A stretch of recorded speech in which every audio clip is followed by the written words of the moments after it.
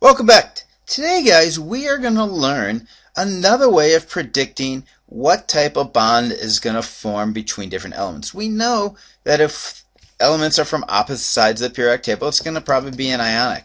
We know if both the elements involved are non-metals, from the right-hand side, it's going to be covalent. But how do we tell if it's a polar covalent or a non-polar covalent? That's what we're going to learn about today. And then the second thing, we're going to talk about a special type of molecule. Remember, molecules are covalently bonded, called diatomic molecules. So let's first look at how we can use the electronegativity of an element or an atom to determine what type of bond it's going to form. So what electronegativity is, it refers to the amount of attraction that an atom has for an electron. How tightly is it going to hold on to it? Is it more likely to hold on to it and then maybe it's going to share it more? Or is it more likely to give it up? Okay. And what we can use is this electronegativity value of two atoms. So what we do is look at the difference between the electronegativity values of two atoms to determine what type of bond it's going to form. And we have a chart that we actually look at and compare these values to. So let's talk about some trends first. What we see is that as you go from the left-hand side to the right-hand side of the periodic table, going across it, the electronegativity increases. So the right-hand side of the periodic table generally has a higher electronegativity value than the left-hand side. And then as you go from the bottom of the periodic table towards the top, the electronegativity increases. So left to right it increases and bottom to top. Okay, for all you visual learners, here's an example here. As we go from the left-hand side to the right-hand side, the electronegativity increases. As we go from the bottom to top, it increases. Well, look at here. So fluorine, in theory, should be our greatest electronegativity value. Francium, the least. Now, what about the noble gases? Remember, they are a full valence shell, so they're not going to give up those electronegativities, or excuse me, give up those electrons or take any in. So we don't really look at those as far as electronegative values. Here's another way, just a single arrow. Think of it this way. It increases as you go up and as you go from left to the right. Okay, now here are those values. You will not, I don't expect you to memorize these values. When we're using these, I will give them to you. But as we said, francium has a value of 4.0. Excuse me, fluorine has a value of 4.0, where francium has a value of 0.7. So we did see it did follow a trend where it increases from left to right. Look at lithium is 1, fluorine is 4. Down here, francium 0.7 up to hydrogen 2.1. And so to figure out what type of bond is going to form, we're going to take the electronegativity of one atom, compare it to electronegativity of another, find out what the difference is, and then place that into our value system and see what works. So here's our chart we're going to use for this. Okay, make sure you get this copied down because you will be responsible for it.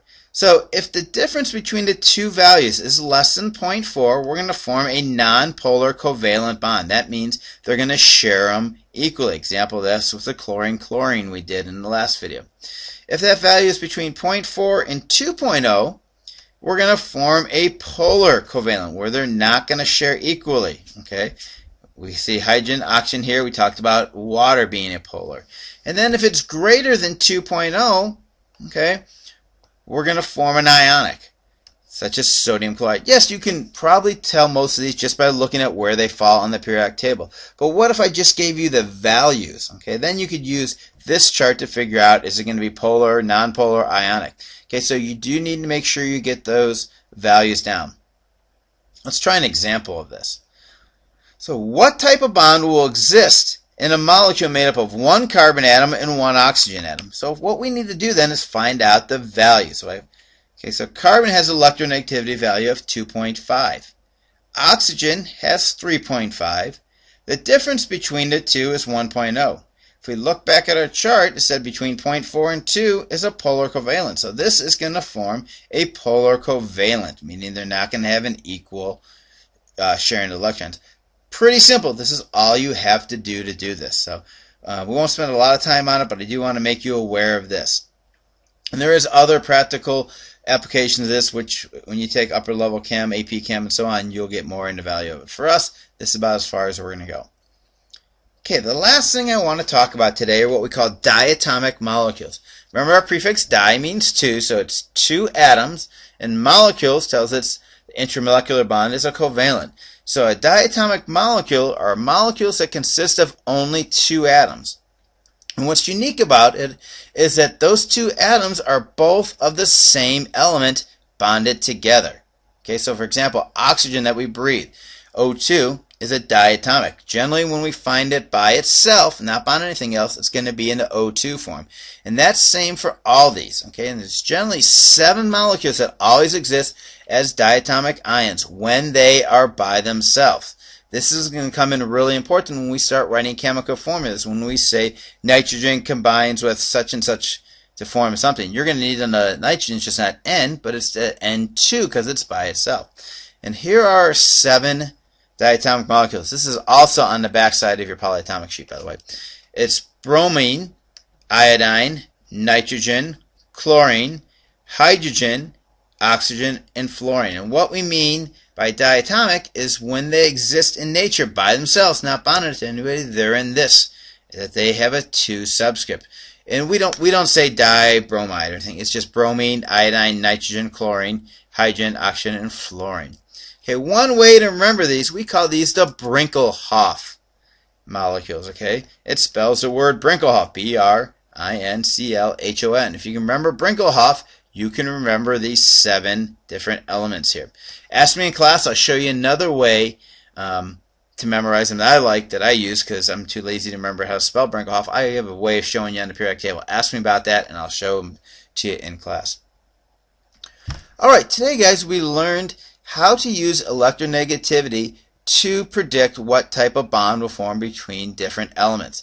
Remember, if it's less than 0.4, it's going to be a nonpolar covalent. If it's between 0.4 and 2, it's generally going to be a polar covalent, and it's above 2, it's going to be an ionic bond. So you can always check yourself. Look where the elements fall on the periodic table. Does the answers you got make sense? Now, sometimes in the borders between these different things, we'll see some overlap and things that may not technically, maybe 0.4, and it's technically maybe a polar covalent versus nonpolar. We're not going to worry too much about those. I'll give you clear examples. But you should be able to tell that if something comes from the left side of the periodic table and something comes to the right, it's going to be ionic. Okay, double check yourself that way. Or if both molecules are from the right, you shouldn't get an answer of ionic. It should be covalent. Right. Then we also learned about the diatomic molecules, the 7 molecules that when they're found by themselves in nature, they're generally bonded to themselves. So remember, memorize Brinkelhoff. That will help you. Okay, guys, I'll see you in class. Take care.